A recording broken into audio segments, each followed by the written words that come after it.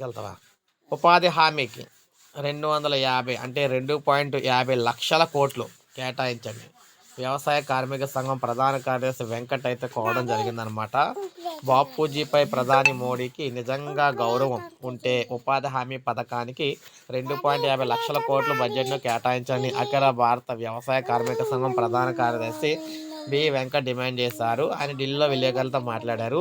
మహాత్ముడి కళలను సాకారం చేయాలని సంకల్పంతో గతంలో యూపీఏ ప్రభుత్వం మొదటి దశలో ఉపాధి హామీ పథకానికి కేంద్ర బడ్జెట్లో 4% నిధులు కేటాయిస్తే ఇప్పుడు మోడీ ప్రభుత్వం దాన్ని 1.37% తగ్గించింది. ఈ పథకం కింద చేపట్టే పనుల్లో మెటీరియల్ కాంపోనెంట్ వ్యయం 10% మించకూడదని గత ప్రభుత్వం నిబంధన విధిస్తే ఈ ప్రభుత్వం దాన్ని 40% మార్చింది. ఈ పథకం అమలుకు ఆధార్ ప్రామాణికం కాదని సుప్రీంకోర్టు చెప్పినప్పటికీ దాన్ని పెడచావన పెట్టి ఆధార్ అనుసంధానం పేరుతో 1 కోటికి పైగా జాబ్ కార్డులు రద్దు చేసింది. ఇలాంటి చర్యలతో ఉపాధి హామీపై ఆసక్తి తగ్గించి క్రమంగా ఆ చట్టాన్ని నిర్వహించాలని కేంద్రం కుట్ర పన్నుతుంది. పథకం అమల్లో కార్మికుల ఇబ్బందులు తొలగించడానికి ఆధార్ అనుసంధానం 2 పూట్ల హాజరు ఈకేవైసీ లాంటి వాటిని రద్దు చేయాలని చెప్పేసి వారైతే కోరుతున్నారు. సో ఇది మనకి తాజా సమాచారం. ఒక లైక్ చేయండి. అయితే మొత్తం మీద ఉపాధి హామీ పథకానికి సంబంధించి ఎట్టి పరిస్థితుల్లో డబ్బులు ఎక్కువ గిట్టుబాటు అయ్యే విధంగా డబ్బులు అయితే పెంచాలని కోరుతున్నారన్నమాట. సో ఇది అప్డేట్. ఒక లైక్ చేయండి, సబ్స్క్రైబ్ చేసుకోండి మన ఛానల్.